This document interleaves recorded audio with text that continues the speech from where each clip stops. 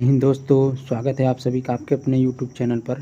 आइए आज हम लोग बात करेंगे सर्वनाम, हिंदी के एक और चैप्टर के बारे में, सर्वनाम के बारे में। आइए आज हम देखेंगे सर्वनाम से जितने भी डाउट आप सभी का है इसी वीडियो में क्लियर हो जाएगा और किसी भी आपको वीडियो की देखने की आवश्यकता नहीं होगी। तो चलिए वीडियो को स्टार्ट करते हैं। देखिए, पहले सर्वनाम की परिभाषा देखते हैं। देखिए, बोला वाक्य में एक संज्ञा प्रयुक्त होने के बाद यदि उसी संज्ञा के प्रयोग की आवश्यकता हो तो उस स्थान पर उसका आप ये सभी शब्द का प्रयोग किया जाता है, उसे हम लोग सर्वनाम कहते हैं। अर्थात कह सकते हैं सर्वनाम उस विकारी शब्द को कहते हैं जो संज्ञा के स्थान पर प्रयुक्त किया जाता है, संबंध प्रयुक्त करता है। देखिए, जैसे वह, उसका, ये सभी शब्द आदि हैं। और देखते हैं सर्वनाम की विलक्षणता यह है कि संज्ञा से यहाँ उसी वस्तु का बोध होता है जिसका वह नाम संज्ञा हो। वहाँ सर्वनाम में उससे पहले से संबंध के अनुसार वस्तु का बोध होता है, मतलब उससे पहले ही। देखिए, जैसे बालक कहने का सिर्फ बालक का ही बोध कराता है, सड़क आदि का नहीं है, मतलब इसका कहने का बालक का ही बोध कराता है। किंतु बालक के स्थान पर वह कहने का पूर्व संबंध के ही किसी भी वस्तु का बोध कराता है। मतलब कि सर्वनाम किसी भी व्यक्ति को कहा जा सकता है, लेकिन संज्ञा जो होता है किसी एक पार्टिकुलर व्यक्ति को कहा जाता है, ये कहने का मतलब है। देखिए, आगे देखते हैं। यथार्थ नाम के स्थान पर प्रयुक्त होने वाले शब्द को सर्वनाम कहते हैं। आप लोग समझ गए होंगे। देखते हैं आगे। सर्वनाम के भेद पहले देखेंगे। चलिए भेद आगे देखेंगे। आइए देखते हैं पहले इसके। ये देखते हैं यहाँ पर सर्वनाम के 6 भेद होते हैं, आप लोग को आगे बताएंगे। पहले देखिए, पुरुषवाचक सर्वनाम क्या होता है। पहला होता है पुरुषवाचक सर्वनाम के बारे में देखेंगे। देखिए, पुरुषवाचक जो किसी स्त्री या पुरुष का बोध कराता है उसे पुरुषवाचक सर्वनाम के अंतर्गत आता है। जैसे एग्जाम्पल के लिए, तुम एक बहादुर लड़के हो, ये सभी तुम जो है एक पुरुषवाचक सर्वनाम के अंतर्गत आएगा। देखिए, पुरुषवाचक सर्वनाम 3 प्रकार के होते हैं।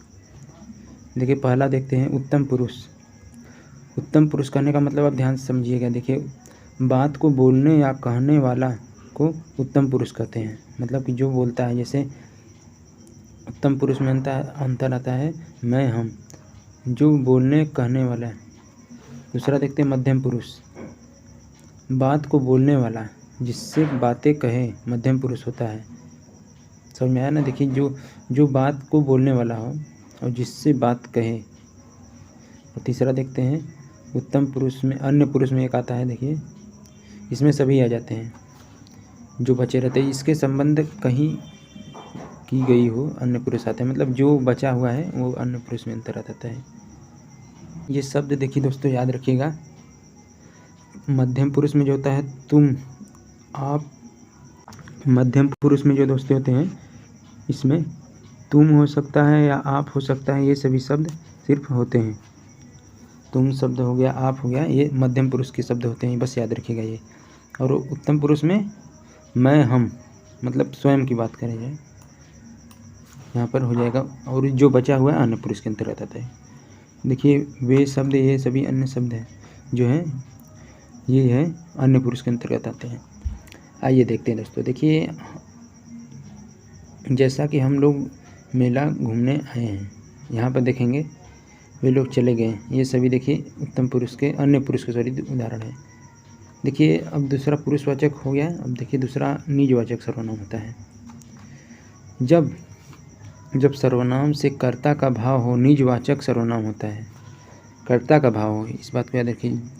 यथार्थ जिस सर्वनाम से कर्ता का बोध होता है, निजवाचक सर्वनाम। इसमें ये शब्द दोस्तों याद रखिएगा, ये शब्द अवश्य प्रयोग होगा वाक्य में।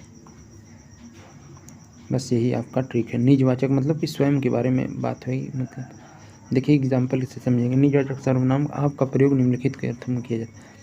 आप का प्रयोग देखते हैं, जैसे मैं आप वही से आए। देखिए आप का प्रयोग है मैं आप एक जैसे हैं, आपका प्रयोग इसमें भी है, इसीलिए ये निजवाचक सर्वनाम हो जाएगा। आगे देखते हैं दोस्तों, वही देखिए पुरुषवाचक सर्वनाम, उसमें इधर का उल्टा फेरी हो गया था। देखिए जो स्त्री या पुरुष के नाम के बदले आते हैं प्रयुक्त पुरुषवाचक सर्वनाम कहलाते हैं। जैसे मैं, यही मैं आ गया यहाँ पर उदाहरण हो गया, इसमें भी मैं पुरुषवाचक सर्वनाम हो गया या स्त्रीवाचक। देखिए यहाँ पर निजवाचक सर्वनाम में आपका प्रयोग दूसरे शब्दों के निराकरण के लिए भी होता है, इस बात को याद रखिए। जैसे हो गया आप भले तो जग भला, यहाँ पर देखेंगे आपका प्रयोग हुआ इसमें भी निजवाचक सर्वनाम। अपने को कम न समझे, अपने को, आपको मतलब अपने आप को कहने का ही मतलब, इसमें भी निजवाचक सर्वनाम है। और देखते हैं, देखिए सर्वसाधारण के अर्थ में भी आपका प्रयुक्त होता है। जैसे अपने से बड़े का आदर करना चाहिए, इसमें भी प्रयुक्त निजवाचक सर्वनाम के अंतर्गत आते हैं। आगे देखते हैं दोस्तों, देखिए निजवाचक के अर्थ में कभी कभी आप के साथ ही जोड़ दिया जाता है। आप लोग देखेंगे एग्जाम्पल में, जैसे यह काम आप ही हो गया, अपने आप ही हो गया, मतलब ये भी इट सेल्फ हो गया, मतलब अपने आप, इसलिए यहाँ पर निजवाचक सर्वनाम के अंतर्गत है। देखिए आप आगे देखते हैं, चलिए निश्चयवाचक सर्वनाम मतलब निश्चित कोई चीज़ हो। देखिए यहाँ पर परिभाषा देखेंगे इसका, जिस सर्वनाम में वक्ता की किसी वस्तु का निश्चित का बोध कराता है, चाहे वह वस्तु हो या फिर दूर पास हो या दूर, निश्चयवाचक सर्वनाम कहलाता है। देखिए एग्जाम्पल के, यह पुस्तक है, मतलब ये निश्चित हो गया कि पुस्तक ही है और कुछ नहीं है, या दूर का हो या पास का हो। वह अच्छी पुस्तक है, इस एग्जाम्पल में भी है। वह पेन मेरा नहीं है, ये तो कंफर्म हो गया, निश्चित हो गया कि यह पेन मेरा नहीं है। कहने का ये मतलब है कि बस किसी चीज़ निश्चितता की बात कराता है तो निश्चितवाचक सर्वनाम के अंतर्गत आता है। ये सभी एग्जाम्पल पढ़ लीजिएगा। देखिए अनिश्चयवाचक सर्वनाम के अंतर्गत देखते हैं, परिभाषा देखते हैं पहले। जैसा कि हम स्पष्ट है कि देखिए शब्द से ही पता चल रहा है कि निश्चित का बोध न हो, उसे अनिश्चयवाचक। जैसे देखिए ऐसा न हो कि कोई आ जाए, यहाँ पर देखिए कोई का प्रयोग हुआ, कोई निश्चित नहीं है कि कौन है उसमें, इसीलिए यहाँ पर अनिश्चयवाचक, अनिश्चित है, कौन है पता नहीं। एग्जाम्पल में समझ आए, देखते आगे। जैसे घी में कुछ पड़ा है, क्या पड़ा है, कुछ पड़ा नहीं पता है, कि चीटा पड़ा है कि बिस्कुटिया गिर गई, कुछ पता नहीं है, इसीलिए ये भी अनिश्चयवाचक सर्वनाम हो जाते। पानी में कुछ है, क्या है पता नहीं है, इसीलिए अनिश्चयवाचक हो जाएगा। कोई आ रहा है, कौन आया, पिताजी आए, माताजी आए, कोई क्या पता, इसीलिए अनिश्चयवाचक हो। वे लोग कुछ खा रहे हैं, क्या खा रहे हैं पता नहीं, जलेबी खा रहे हैं कि रसगुल्ला खा रहे हैं पता नहीं ना है, अनिश्चयवाचक हो जाएगा इसलिए। देखिए संबंधवाचक सर्वनाम के अंतर्गत, जैसे कि नाम से स्पष्ट है, संबंध बताता है।